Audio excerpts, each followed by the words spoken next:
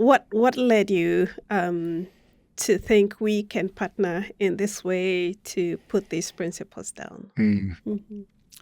Well, I would say that I was a missions pastor at a church, but I was never really prepared for that. I was a businessman before that. Yeah. So when I look at the mission efforts of the American church, I'm like, wow, this is really fascinating, but it seems like there's something not quite right, especially when we look at some of the scriptures around Matthew 25 and things like that.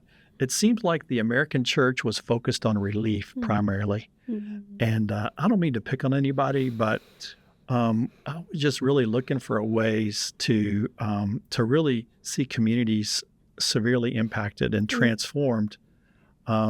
And so that's when I was introduced to Life in Abundance. Mm-hmm.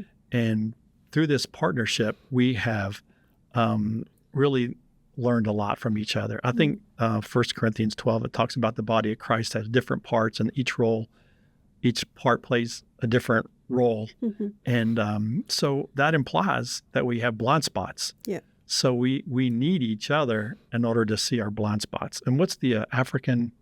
Yes, there's an African proverb around that no one can really see the back of their head. Yes.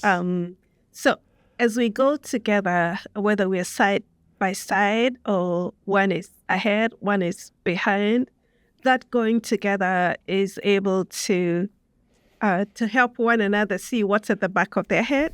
Really, it's all the blind spots that you can think you know until you are helped to know that you do not know. Yes. And I think that's been the beauty of working together. Yes.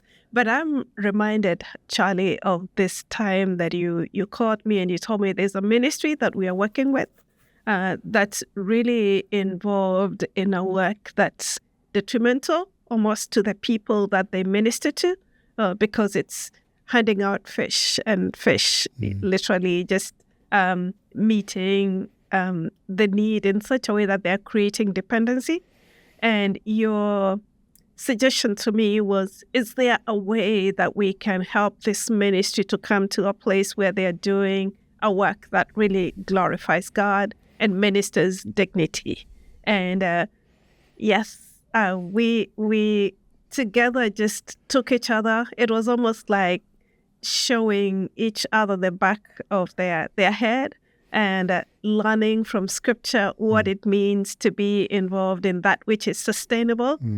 And years later, we look back and see how that ministry has been so transformed by just changing the way they were approaching how they were doing it and the impact of all that, which is one of the reasons why we wrote the book, that ministries can emulate some of the principles that work, not that they are doing a lesser work now, but they're being called to more and better and deeper and more lasting. Yes. And through just applying some of these principles, they get to be there. Yeah.